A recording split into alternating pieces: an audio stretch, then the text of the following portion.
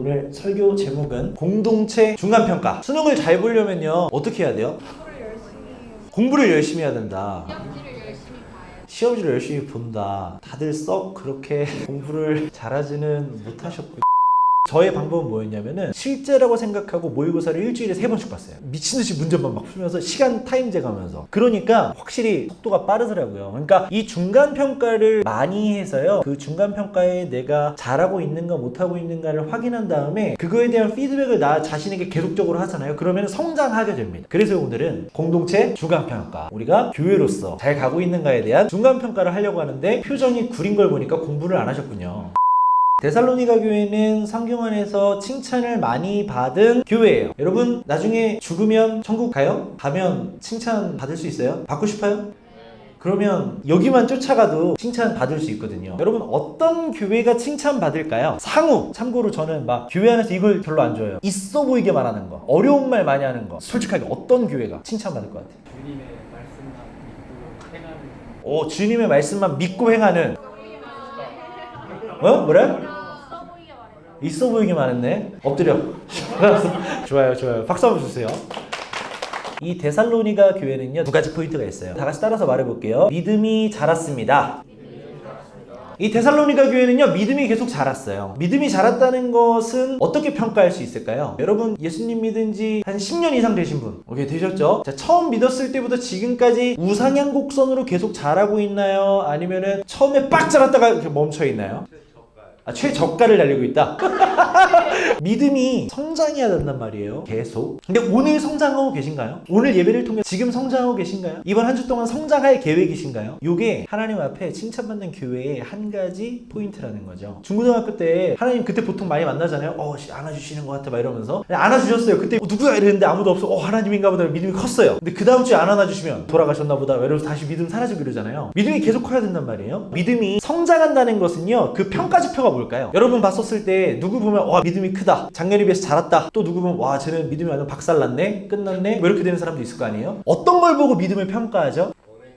언행과 태도. 한국은요 무엇이든 수치로 평가하는 거 되게 좋아하잖아요. 언행과 태도 평소에 보기 어려우니까 우리는 뭘로 보통 어떤 사람의 믿음을 평가하냐면, 성경 몇 번을 읽었나, 헌금! 버는 돈의 막 80% 계속 헌금해. 무시할 수 있어요? 너 왜 웃어요? 그럴 생각이 전혀 없다 이거지.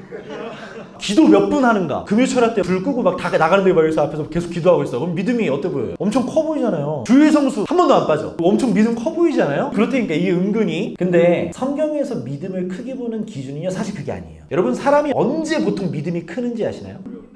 맞아요. 힘들 때 믿음이 커요. 편하면요 믿음이 잘 안 커요. 그냥 행복해요. 근데 힘들잖아요. 근데 괴로워요. 누구를 애타게 찾아요. 우리 어제 준이의 그 고백이 기억에 남아요. 난 요즘 하나님을 간절히 찾고 있다. 그러면 믿음이 성장할 때라는 거예요. 저 21살 때요 미자립교회 캠프 했거든요. 간이 배 밖으로 나와가지고 첫 번째 캠프 50명 했어요. 두 번째 캠프 때 500명 한 거예요. 캠프가 딱 끝나는데 빚이 얼마 남았냐면 3천만 원 남았어요. 21살 때 되게 힘들었어요. 믿음이 컸어요. 올 초 관계적으로 제가 되게 힘들었어요. 그래서 무너졌어요. 되게 힘들었어요. 그래서 믿음이 컸어요. 왜냐하면 우리는 어려울 때 누굴 찾으니까? 하나님 찾으니까. 하나님 찾으면 믿음이 커요. 데살로니가 교회도 그랬어요. 굉장히 많은 어려움들이 있었어요. 막 거짓 선지자부터 거짓 교사, 많은 어려움들이 있었단 말이에요. 그런데 그걸 겪어내면서 누굴 찾았냐면 하나님을 찾았어요. 그래서 믿음이 큽니다. 여러분들의 삶에도 어려움이 있어요?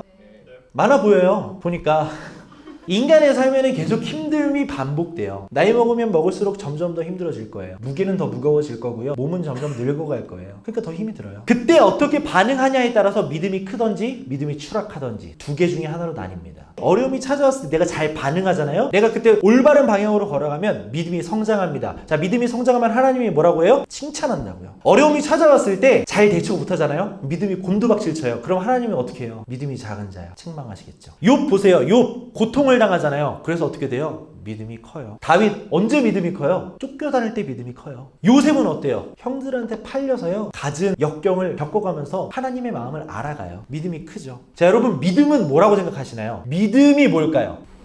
은혜? 신뢰하고 의지할 수. 신뢰 하나 나왔어요. 다 같이 한번 따라서 말해볼게요. 자, 믿음은 순종 더하기 신뢰다.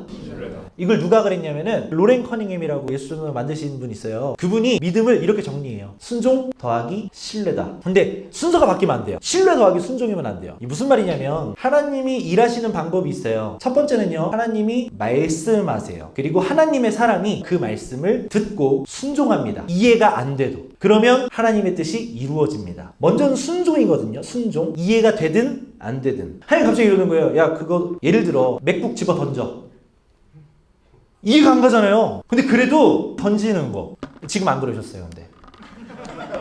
다행이죠. 이해가 안 가는 거 실행하는 거예요. 말씀하셨으니까. 갑자기 어느 날 기도하는데 하나님 그런 말씀을 주세요. 그런 음성을 주세요. 그런 마음의 감동을 주세요. 혹은 성경을 읽다가 혹은 어떤 다른 하나님의 사람을 통해서 내가 이해 안 가는 어떤 명령을 주십니다. 그리고 그거 순종하면 하나님이 역사하세요. 다시 말하면 믿음은요, 순종 더하기 신뢰라고 했잖아요. 하나님이 주신 마음에요, 순종하는 거예요. 이해 안 가도. 그리고 하나님의 뜻이 이루어질 때까지 뭐 하는 거? 신뢰하면 돼요. 언제 이루어질지 몰라요. 10년 뒤, 20년 뒤, 30년, 죽을 때까지 못 볼 수도 있습니다. 하지만 하나님이 이루실 거라는 신뢰를 가지고 있으면 그게 믿음이에요. 근데 이게 순서가 바뀌면 이상한 게 됩니다. 이거 진짜 됩니까? 이거 진짜 확실해요? 확실해요? 확실해요? 완벽하게 확실할 만한 결과물을 가지고 그 다음 순종하잖아요? 우리가 이걸 뭐라고 하냐면 거래라고 합니다. 거래. 그러니까 우리가 믿지 못할 만한 거, 신뢰하지 못할 만한 거, 내가 확신하지 못할 만한 거에 순종해요? 안 해요? 안 해요. 남들이 하는 거 보고 하죠. 돌다리도 남이 건너는 거 보고 건넌다. 근데 그거 믿음이다 아니다? 아니다. 그거 뭐다? 거래다. 근데 우리가 언제 순종하기가 쉬운지 알아요? 우리가 순종하기 쉬운 분야가 있어요. 제가 해볼게요. 데이야, 다음 주에 텍사스 바베큐 먹으러 갈래?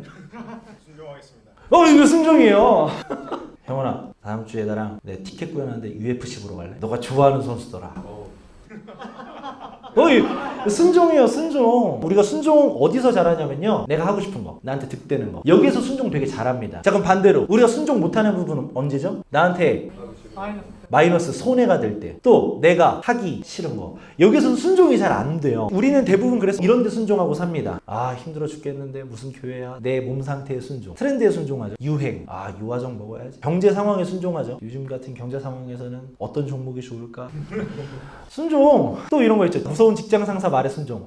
또 짖는구나, 들어줘야지. 순종. 근데 그게요, 믿음으로 성장이 안 돼요. 왜 안 되죠? 그게 하나님이 아니기 때문에. 하나님한테 순종해야 믿음이 성장하는 거거든요. 우리가 순종해야 할 것은요, 말씀입니다. 어떤 상황, 유행, 역할에서도요, 하나님 앞에 순종하는 거예요. 어떤 상황이 돼도요, 하나님이 말하시면 나아가는 거, 주님 말씀하시면 나아갑니다. 주님 뜻이 아니면 멈춰섭니다. 나 이거 너무 하고 싶은데요? 멈추라고요? 네. 나 이거 진짜 하기 싫은데요? 하라고요? 네. 이거 순종. 그러면 믿음이 자라요. 자, 믿음 키우는 방법 알았어요? 이게 믿음이에요. 순종 더하기 신뢰. 내가 하기 싫은 거에 순종하면 믿음이 커요. 내가 하기 싫은 거에 순종하는 게 어쩌면 그게 고난이고 어려움일 수 있어요. 그래서 우리들의 삶에 어려움이 찾아왔을 때요, 더 큰 어려움으로 들어가기를 믿음으로 걸어가면 믿음이 큽니다. 군대 가잖아요. 지옥 같은 곳으로 걸어 들어가는데 거기에서 신앙 지키고 하나님께 순종하기로 선택하고 들어가잖아요. 더 힘들 겁니다. 근데 그렇게 하면 제대할 때는 진짜 멋있는 하나님의 사람이 되어 있을 거예요. 그런 거거든요. 학교 생활하기 힘들죠? 직장 생활하기 힘들죠? 그것만 해도 벅차죠? 거기서도 말씀에 순종하잖아요. 그게 훨씬 더 힘들어요. 근데 그렇게 하다 보면 믿음이 자라 있을 거라니까요.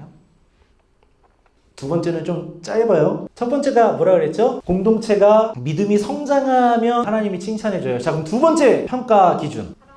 맞아요. 사랑이에요. 서로 사랑했습니다. 데살로니가 교회는요. 믿음이 성장했다. 여러분, 그걸 어떻게 확인하면 되는 줄 아시나요? 바로 서로 사랑함으로 표현됩니다. 자, 사랑은 뭔가요? 성경에서 나오는 사랑. 사랑은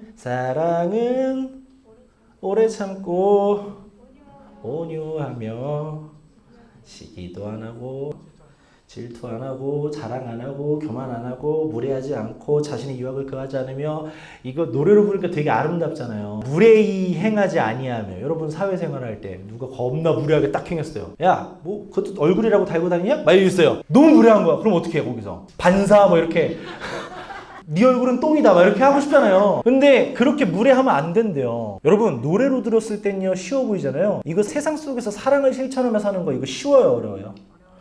어려워요. 고생 길이에요. 시기하지 않으면. 왜 시기해요? 남이 자랑하니까. 배 아파 이렇게 하잖아요. 근데 그런 사람 있어도 나는 자랑하지 말래. 이게 얼마나 힘든 건지 알아요? 고생길이라니까, 이게 사랑이. 불의를 기뻐하지 아니하며 진리와 함께 기뻐하고 모든 것을 참으며 모든 것을 믿으며 모든 것을 바라며 모든 것을 견디느니라. 말하는 족족 다 어렵고 쉽지 않은 길을 합쳐서 뭐라고 하냐면 사랑이라고 한단 말이에요. 그러니까 한마디로 말하면 손해보라는 거거든요. 요대로 살면 정확하게 어떻게 되면 손해봐요. 손해. 현선이랑 이제 결혼하죠? 왜 결혼하죠? 제가 빨리 할게요 그냥. 사랑해서 결혼해요? 이렇게 물어볼게요. 득이 돼서 결혼해요? 자 이거예요. 사랑해서 결혼하는 거예요. 득된다고 결혼하면 그건 뭐라고 하죠? 투자, 재테크라고 하죠. 사랑은요 손해보기를 감수하는 거예요. 아이가 태어납니다. 얘는 잘생겨지겠는 걸, 야 차은우처럼 되겠는 걸, 야 그러면은 오케이 키워야 되겠어. 이렇게 키우나요? 아니죠. 득을 생각하지 않아요. 그리고 확실하게 주어지는 거 있습니다. 손해죠. 서은아, 애기 태어나면은 힘들어요? 안 힘들어요? 힘들어요. 되게 힘들어요. 뱃속에 10달 배 이렇게 해가지고요. 제대로 못 자고 그러다가 막 한 5개월쯤 되면 막 이렇게 하고 막 못 먹고 활동도 못 하고 여자분들 막 경력 단절되고 불안하고 우울증 오고 거의 낳아놨더니 엄마가 나한테 해준 게 뭐야 막 이렇게 하고 너네 같이 되고 막 이렇게 되면은 되게 그러면 이거 엄마 입장에서 너무 슬픈 일이잖아요. 근데 그거를 손해라고 생각하지 않아요. 엄마는 그게 사랑이에요. 사랑. 교회인데 믿음이 없는 교회, 즉 칭찬을 못 받는 교회를 보면요 공통된 특징이 하나 있습니다. 절대 손해를 안 봐요. 손해 보려고 안 해. 그래서 막 싸워. 아 이거 지난번에 우리가 했잖아 이렇게 하면서 지난번에 또 왜 우리 또 한다고 이렇게 막 싸워요. 왜냐면 손해 보기 싫어서 막 서로 싸워요. 싸움이 많을수록 믿음이 없는 거예요. 왜냐하면 사랑이 없는 거기 때문에. 사랑이 없는 건 뭐라고요? 믿음이 없는 거라고요. 믿음이 없는 건 뭐죠? 교회는 다니는데 잘못 믿고 있는 거죠. 그런데 우리가 천국을 뭘로 가죠? 그죠? 근데 티켓이 바뀌었네? 그럼 천국 가요, 못 가요? 가요?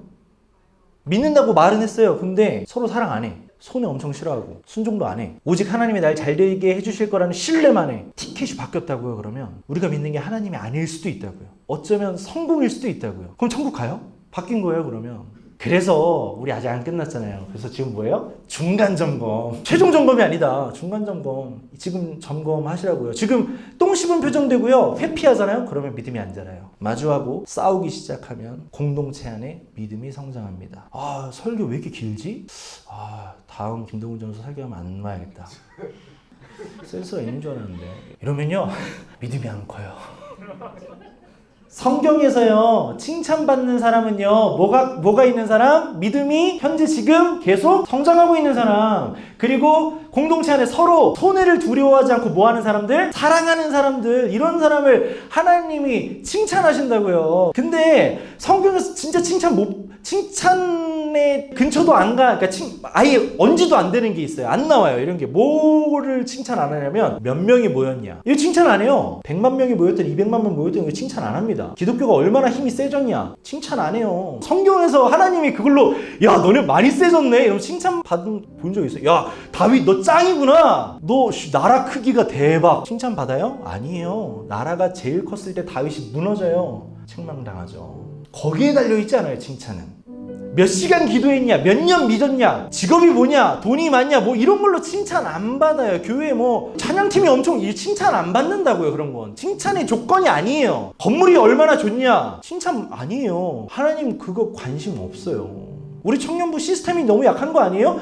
하나님 시스템을 칭찬하지 않아요. 한 명 있으면 돼. 한 명. 이렇게 믿음 성장하는 한 명. 그 한 명이 성장하고 있는데 그 한 명이 서로 사랑해서 손해보기를 주저하지 않고 서로 사랑을 전해서 이곳에 예수님 닮아가는 한 사람 있으면요 칭찬해요. 자꾸 이상한 데다가 신경 쓰면요 티켓이 바뀌어요. 그럼 천국 못 간다고. 30년 다니고 권지용 이번에 다시 나왔잖아요. 지영아 그러고 집에 갈래? 30-40년 예수님 믿고 지옥 갈래요?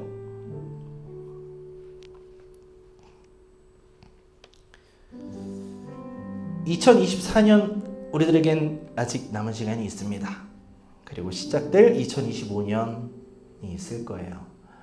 그 시간들 가운데 우리가 믿음이 성장했으면 좋겠습니다. 믿음이 성장해서요 서로 손해보기를 두려워하지 않고 서로 사랑했으면 좋겠어요. 그러면 어떻게 된다고요? 하나님한테 칭찬받아요. 우리 하나님한테 칭찬받자고 예수님 더 닮아가고 주님 더 사랑하는 사람들 아닙니까? 그래서 하나님께 칭찬받는 공동체, 그럼 우리가 될 수 있도록 이 시간 결단하고 기도할 텐데, 하나님 앞에 본질을 붙들고 다시 처음으로 돌아가서